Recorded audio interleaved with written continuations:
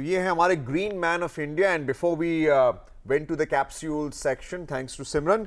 Rohit Mehra ji, who is a serving IRS officer and right now posted in Delhi as a commissioner of income tax, and he's able to take time out from his busy schedule to serve as a green man of India. Warm welcome to you on the morning show, sir. Thank you, Arjun. नमस्कार sir, आपका बहुत बहुत स्वागत है। और green man of India आपको कहा जाता है, तो सबसे पहले जानना चाहेंगे कि इस सफ़र की, इस जर्नी की शुरुआत कहाँ से हुई? देखिए 8-9 साल पहले मेरा बेटा मुझे बोलता कि पापा हमें छुट्टियां पड़ गई हैं तो हमें मसूरी लेकर चलो। तो नवंबर का महीना था, तो मैंने बोला बेटा नवंबर में तो छुट्टियां नहीं होती। तो जो उसने रिप्लाई दिया, it change my life. He said papa I got pollution holidays. आपको विदित होगा कि नॉर्थ वेस्ट रीजन में पोल्यूशन के कारण स्कूल बंद कर दिए गए। तो as an officer, as a father, as a citizen, यदि मैं अपने बच्चे को अच्छी हवा नहीं दे सकता तो मुझे कुछ ना कुछ इसमें गड़बड़ लगी। तो तब से मैंने एक सफ़र शुरू कर दिया। और ये अपने आप में बहुत ही बड़ी बात है। मुझे लगता है ये एक टर्निंग पॉइंट रहा होगा आपके जीवन में। जी, ये एक टर्निंग पॉइंट रहा। या जैसे जो भारतीय संस्कार हैं, आपके पेरेंट्स शुरू से आपको ये चीज़ें बताते हैं। जैसे मेरे दादाजी मुझे बताते थे कैसे तुलसी लगानी है। अब आज भी मंदिर में चले जाओ, वहाँ लिखता है, बोला जाता है प्राणियों में सद्भावना हो। तो प्राणी मीन्स पेड़ पौधे, जंतु। तो रोहित मेहरा जी, कुछ अपने प्रोजेक्ट के बारे में बताइए। आप जब हमसे प्री प्रोग्राम में जो चर्चा हो रही थी, we talking about vertical plantations जो हम अभी दिल्ली एनसीआर में देखते आ रहे हैं, whether it's on a flyover और एनीवेयर एल्स, जहाँ पे वर्टिकल प्लांटेशन से एक सुंदरता भी बढ़ता है, while at the same time it's improving the air quality index. देखिए हमने 4 या 5 तरह के कार्य किए हैं, जिसमें है कि वेस्ट प्लास्टिक बॉटल से हमने वर्टिकल गार्डन बनाए हैं। देखिए जो वेस्ट प्लास्टिक बॉटल है उसको 5000 साल लगते हैं डिकम्पोज होने में, तो हमारी वो लैंडफिल में जाती है। तो हमने क्या किया कि इनको एज कंटेनर यूज़ करके दीवारों पर वर्टिकल गार्डन लगाए। उससे एयर क्वालिटी इंडेक्स जो एक हमने स्टडी करवाई वो 78 रह गई, जबकि उस दिन उस शहर की जो एयर क्वालिटी इंडेक्स ओवरऑल था वो 274 था। तो 1/3 एयर क्वालिटी इंडेक्स को हमने नीचे ले आए। तो उसके बाद हमने बनाने शुरू किए जंगल। तो आज हमने 404 जंगल बना दिए हैं पूरे भारतवर्ष में, जो कि 3000 स्क्वायर फुट से लेकर 13 एकड़ तक है। हमारा एक प्राचीन शास्त्र है वृक्ष आयुर्वेदा, उसके बेसिस पर हमने ये जंगल बनाए, जिसमें कि पंच तत्व पूरे उनको एक तरह से प्रमोट करते हुए ये जंगल बने। थर्ड, हमने जो बिल्कुल डिफरेंट स्टेप लिया, हम विश्व का एकमात्र ट्री एंड प्लांट हॉस्पिटल बना चुके हैं, जिसमें कि प्लांट्स और जो वृक्ष हैं, इनकी जो बीमारियां होती हैं उनको हम क्योर करते हैं, केयर करते हैं और हील करते हैं। तो सर यहाँ पे आपने बताया प्लांट डिजीजेस के बारे में, प्लांट्स को भी बीमारियाँ होती हैं। अपने आप में ये बहुत ही चौंकाने वाली बात है अर्जुन, मुझे लगता है, क्योंकि इससे पहले मैं नहीं जानती थी कि प्लांट्स में भी अलग अलग तरह के डिसीजेस होते हैं। तो सर उन्हें कैसे क्योर किया जाता है, उसके बारे में और जानकारी दें। देखिए पहले आपको देखना होगा कि प्लांट और ह्यूमन में क्या फ़र्क है। जैसे हमें प्रॉब्लम है, प्लांट्स को भी प्रॉब्लम है। हमें फिजिकल ट्रबल हो सकती है, प्लांट को भी हो सकती है। बिल्कुल। प्लांट जो ह्यूमन है इज़ इन्वर्टेड ट्री। हमारा जो ब्रेन ऊपर है, पेड़ का नीचे है, इसीलिए हम पेड़ की जड़ों को पानी देते हैं। जैसे फिजिकल प्रॉब्लम क्या हो सकती है, आपने देखा कि आपने एक ट्री गार्ड लगा दिया, प्लांट हैज़ ग्रोन, उसके बावजूद उसको शैकल कर रहा है, तो हम उसको ठीक करते हैं। लोग पेड़ों के उसमें स्किन में कील लगा देते हैं, पोस्टर लगा देते हैं। मान लीजिए मेरी बॉडी पर कोई कील लगाए तो उन्हें भी दर्द होता है। तो जो हमारा अंडरस्टैंडिंग है या हमारा भारतीय संस्कृति है, इस पे पेड़ पौधों को आप जीव मानते हैं, जीवात्मा मानते हैं। तो इनकी ये ट्रबल है, केमिकल ट्रबल हो सकती है, उनमें कीड़ा लग सकता है, उनकी ब्रांचेस टूट सकती हैं। तो हमारा एक शास्त्र है वृक्ष आयुर्वेदा। तो हमने पूरी जो हमारी प्रिस्क्रिप्शन है, चाहे फिजिकल ट्रबल हो, चाहे बायोकेमिकल हो, चाहे दूसरे हो, हम उसी से इसको क्योर करते हैं। तो ये इसको आप ट्रीट कैसे करते हैं? जैसे सॉइल ट्रीटमेंट होता है, तो प्लांट्स को कैसे आप ट्रीट करते हैं? देखिए डिपेंड करता है कि क्या प्रॉब्लम है। जैसे एक बहुत सिंपल ट्रबल है, बहुत लोग हमें फ़ोन करते हैं कि हमारे उसको दीमक लग गया। तो जहाँ भी आपका गार्डन या प्लांट है या आपका बगीचा है, वहाँ एक घड़े में हम गुड़ डाल देते हैं, जैगरी, उसको दबा कर रख देते हैं। तो जो दीमक है पहले गुड़ की तरफ जाता है, तो जब वो सारे उधर चले जाते हैं 10 दिनों बाद आप उसको निकालो और पानी में उसको आप दीमक वाले एरिया को पानी में बहा दो, तो आपका दीमक आएगा नहीं। तो this is very simple technique. जैसे आपके गर्मियों में प्लांट नहीं चलते, तो हम हमारे पेरेंट्स भी बचपन में वो राजस्थान में मिलता है, वो खिलाते होते थे, आप उसमें पानी डाल दो तो वो पानी को रिटेन कर लेता है। तो इस तरह बहुत सिंपल तरीके हैं which can really change the way कि आप प्लांट्स को कैसे नरिश करते हैं। तो सर क्योंकि आपने एनवायरनमेंट के प्रति और पर्यावरण संरक्षण के प्रति इतना काम किया है, तो सर आपसे ये भी जानना चाहेंगे कि अब जैसे हम सभी जानते हैं कि आज ये मॉडर्न एरा है और ऐसा दौर है कि जहाँ पर डिस्ट्रक्शन है, specially in the terms of when we call there's a destruction to the trees or the plants around us.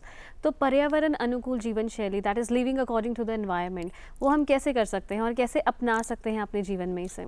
देखिए, our economy would naturally lead to ecology, otherwise trouble would be there. जो जैसे आप देखिए कि हमारे जो संस्कृति रही है उसमें पर्यावरण को हमेशा ही महत्वता दी गई है। बिल्कुल। अब देखिए आज साइंस कहती है कि आपको अपने घर में प्लांट्स रखने चाहिए, एयर क्वालिटी इंडेक्स इम्प्रूव हो जाए। हमें 10,000 साल पहले पता था कि तुलसी रखो, आपकी जो एयर प्यूरीफाई होकर आ जाती है। जी। ठीक है, हमारे किसी भी देवी देवता को देख लीजिए, वो प्लांट से जुड़े हुए हैं। हम तो प्लांट्स को पूजते हैं, ये हमारे पितृ हैं, तभी कहते हैं कि आप पीपल लगाओ, आप पंचवटी लगाओ, आप त्रिवेणी लगाओ, आप हरी शंकरी लगाओ, आप ज़्यादा से ज़्यादा पेड़ लगाओ। तो ये यदि हम अपने जो हमारे दिए हुए संस्कार हैं, यदि इस पर ही हम इस्टेब्लिश हो जाए, तो मुझे लगता है कि सारी की सारी जो प्रणाली है वो प्रॉपर सही हो जाए। रोहित मेहरा जी, आपने एक प्रोडक्टिविटी के मैट्रिक्स दे रखे हैं, जैसे स्क्वायर फुटेज या एकरेज बेसिस पे क्या कवरेज है ग्रीन एरिया वर्टिकली स्पीकिंग, तो आप इस इंडेवर में चैलेंजेस क्या रही हैं आपके लिए? देखिए अर्जुन जी, मुझे ये लगता है जो चैलेंज होता है वो कभी भी प्रॉब्लम नहीं होती। जो भी चैलेंज है वो आपके माइंड का चैलेंज है। तो बहुत छोटे छोटे चैलेंज भी रहते हैं कि लोगों को समझाना कि आपके लिए अच्छा है, आपको पर्यावरण अनुकूल जीवन जीना है। जैसे हम उनको ग्रीन हैबिट्स बच्चों को बताते हैं कि मान लीजिए हम एक बंदा सिर्फ 1 यूनिट इलेक्ट्रिसिटी बचा ले, 140 करोड़ लोग कितनी इलेक्ट्रिसिटी बचा सकते हैं? बिल्कुल। पानी जब आप नहाते हो, आप शॉवर चला देते हो या ब्रश करते हो तो पानी चलता रहता है, उसको बंद कर दो तो 5 लीटर पानी बच जाता है। तो यदि 140 × 5 कर दो, कितना पानी बच जाएगा? तो ये सिंपल चीज़ें हैं जो हम लोगों को बताते हैं। और सर लोगों में पर्यावरण संरक्षण के प्रति किस तरह से जागरूकता बढ़ाई जा सकती है? How can we make them more informed and I should say well informed and aware? देखिए Simran ma'am, education is the key. हाँ जी। और हमें उनके everything starts from the mind. जी। तो हमें उनके माइंड को टच करना है कि पर्यावरण और हम सेम है। जैसे मैं आपको एग्जांपल देता हूँ, हम पंच तत्व से बने हैं, पानी, हवा, फायर, पृथ्वी, स्पेस। प्लैनेट में भी सेम है। जैसे मेरे अंदर 70% पानी है, प्लैनेट में भी ऑलमोस्ट उतना है। जितने मेरे अंदर एयर है उतनी ही प्लैनेट में है। मेरे अंदर अर्थ एलिमेंट है, प्लैनेट में भी है। We are just an extension of the planet. यदि हम ये चीज़ करें, मान लीजिए मेरे अंदर पानी ज़्यादा होगा तो क्या होगा? यदि मेरे अंदर पानी ज़्यादा होगा तो मुझे वॉमिटिंग आ जाएगी। प्लैनेट में पानी ज़्यादा क्या होगा? धरती माता में बाढ़ आएगी, सुनामी आएगी। यदि मेरे अंदर गर्मी होगी, मैं बीमार पड़ूंगा। प्लैनेट में आएगी, ग्लोबल वार्मिंग होगी। तो ये चीज़ हम सभी को रियलाइज करवानी है। Education is the best way to groom them green. Rohit Mehra ji, tell us something about your section 8 company, जो एक नॉन प्रॉफिट एंटरप्राइज है, जिससे कि आप ये ग्रीन इनिशिएटिव चला रहे हैं। देखिए, हमने अभी कोई एनजीओ वगैरह नहीं बनाया। हमने एक पूरे का पूरा, हमारे एक टीम बनी हुई है, इनफॉर्मल टीम है। हम जगह जगह पर जंगल लगाते हैं। जैसे दिल्ली में भी अभी हमने 5 जंगल लगा दिए, तो हमारे 405 जंगल तैयार हो गए हैं। अभी इस साल हमारा टारगेट है कि हम 1000 जंगल पूरे करें। अरे वाह। और सर, जैसा कि आपने बताया कि आपके साथ एक टीम है, तो बहुत से ऐसे लोग भी होंगे जो वॉलंटरली आगे बढ़कर आपके साथ जुड़ना चाहेंगे। तो क्या कुछ ऐसा काउंट है कि अभी कितने लोगों को आप अपने आप से प्रभावित करके, अपने कार्य से प्रभावित करके अपने साथ जोड़ चुके हैं? देखिए, जो कोर टीम है उसमें कम से कम 800-900 बंदे हैं जी और जैसे स्कूलों में हम बच्चों को ग्रीन वॉरियर के तौर पर तैयार करते हैं, बिल्कुल पर्यावरण रक्षक, तो हम 3 लाख तक बच्चों को एजुकेट कर चुके हैं सीड बॉल बनाने का, या जैसे पंचतत्व मैंने बताया कि कैसे हम एक्सटेंशन ऑफ द प्लेनेट जी। है इस एजुकेशन का। तो ये एक मिशन अब चल रहा है धीरे धीरे। तो हमारी इच्छा है कि ऑलमोस्ट हर एक जगह पर ये हर स्कूल का पार्ट बने। ये आपको फंडिंग कैसे मिलता है, क्योंकि जो अर्बन लोकेशन में ये जो प्लांटेशंस वर्टिकली आप कर रहे हैं, ये कैसे ऑर्गेनाइज हो रहा है? देखिए इसमें क्या है कि हम किसी से कोई भी पैसा नहीं लेते। मान लीजिए आपको जंगल लगाना है तो हमारे पास बहुत से लोग हैं, वो कहते हैं कि हमें प्लांट डोनेट करने हैं, तो हम उनको बोल देते हैं कि आप वहाँ प्लांट करवा दीजिए। तो जो फॉरेस्ट की नर्सरी है उनसे हम प्लांट लेते हैं। बहुत से लोगों ने अपने पूर्वजों के नाम पर, अपने बच्चों के नाम पर बहुत बड़े बड़े जंगल बनाए हैं। जैसे कई लोगों के फार्म हाउसेज हैं, उसका 1/3 एरिया दे दिया। कई लोगों ने इंडस्ट्री, अपनी फैक्ट्री में हमें हाफ एरिया दे दिया कि आप यहाँ जंगल बनाओ ताकि हमारा एयर क्वालिटी इंडेक्स चेंज हो जाए। So this is a continuous process. Carbon footprint कम रहता है इसमें Simran, I'm sure healthy for the environment and also very much healthy for us as well. Absolutely. और सर क्या बच्चों को बचपन से ही इस तरह की सीख दी जा सकती है? क्योंकि जब हम बड़े हो जाते हैं तो नेचुरली और बहुत सी चीज़ें होती हैं जो हमारी प्रायोरिटी लिस्ट में नंबर 1 पर होती हैं, लेकिन पर्यावरण यानी कुदरत तो हमारे जीवन का अभिन्न अंग है, इसके बिना हम जीवन की कल्पना नहीं कर सकते। तो बच्चों को किस तरह से ट्रेन किया जा सकता है कि इसकी ज़रूरत है? देखिए जो आजकल पेरेंटिंग की ग्रूमिंग है, one of the grooming is green grooming. हमें बच्चों में कम से कम 10 या 12 ग्रीन हैबिट्स डालनी पड़ेगी। पानी कैसे नहीं वेस्ट करना, फिर जैसे एसी का पानी है उसको आप यूज़ कर सकते हो, इलेक्ट्रिसिटी बंद है, सिंपल एक हैबिट है कि आपको स्विच ऑफ करनी है। तो these are simple habits which हम अपने घर में और स्कूलों में भी कर सकते हैं।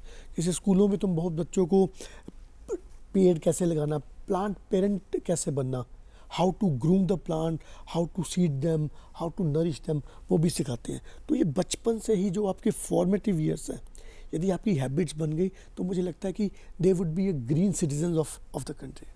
अर्बन लोकेशंस में क्या चैलेंजेस रही हैं और आगे आप इसको कैसे ले जाएंगे? देखिए अर्जुन, अर्बन लोकेशन में एक प्रॉब्लम ये रहती है कि कंक्रीट स्ट्रक्चर बहुत ज़्यादा होता है, we lack space, that is why we have gone for vertical gardens. और स्पेस थोड़ा सा भी मिल जाए तो हम पूरा जंगल क्रिएट कर देते हैं, it becomes an urban lung जी। तो उससे एटलीस्ट उस एरिया का पूरा एयर क्वालिटी इंडेक्स चेंज हो जाता है। तो हमने काफ़ी जगह पर डंप यार्ड्स को कन्वर्ट किया है, वेस्टलैंड को कन्वर्ट किया है, रिवर साइड या स्ट्रीम साइड को चेंज किया जी। और दर्शकों, हमारे साथ आज चर्चा में बने हुए थे रोहित मेहरा जी, IRS officer, the green man of India. बहुत बहुत शुक्रिया सर आपका इस जानकारी के लिए, आपके समय के लिए। धन्यवाद। और हमें पूरी उम्मीद है कि जो डिटेल्स आपने यहाँ पर मेंशन की, हमारे दर्शक भी ज़रूर इससे प्रेरित होंगे। और अब समय है शॉट बाय चांस यानी हमारे अगले सेगमेंट का। जी हाँ दर्शकों, ये शॉट आप अपनी स्क्रीन पर देख रहे हैं और ये बहुत ही इसको समझना बहुत ही ज़रूरी है, क्योंकि आप देख सकते हैं कि इसमें एक ममता का भाव है। हम कह सकते हैं जो बर्ड है ये है ब्लू थ्रॉटेड बार्बेट विद इट्स चिक, और ये जो ममता का भाव है मुझे लगता है अर्जुन ये हर एक में होता है। चाहे हम बात करें मनुष्य जो है कि एक सामाजिक प्राणी है, या फिर अगर हम बात करें किसी भी जीव जंतु की, तो ये जो ममता का भाव है ना, ये हर एक में देखने को मिलता है। माँ का अपने बच्चों के साथ जो प्यार और स्नेह होता है वो बहुत ज़रूरी है। और ये जो फोटोग्राफ थी, ये जो शॉट था, ये हमारे साथ साझा किया था तन्मय दास करमाकर ने नसीबपुर वेस्ट बंगाल से। और दर्शकों, यदि ऐसा कोई भी शॉट है जो आप चाहते हैं कि पूरा भारत उसे देखे, तो वो भी आप हमारे साथ शेयर कर सकते हैं हमारी मेल ID के ज़रिए, जो है ddmorningshow23@gmail.com।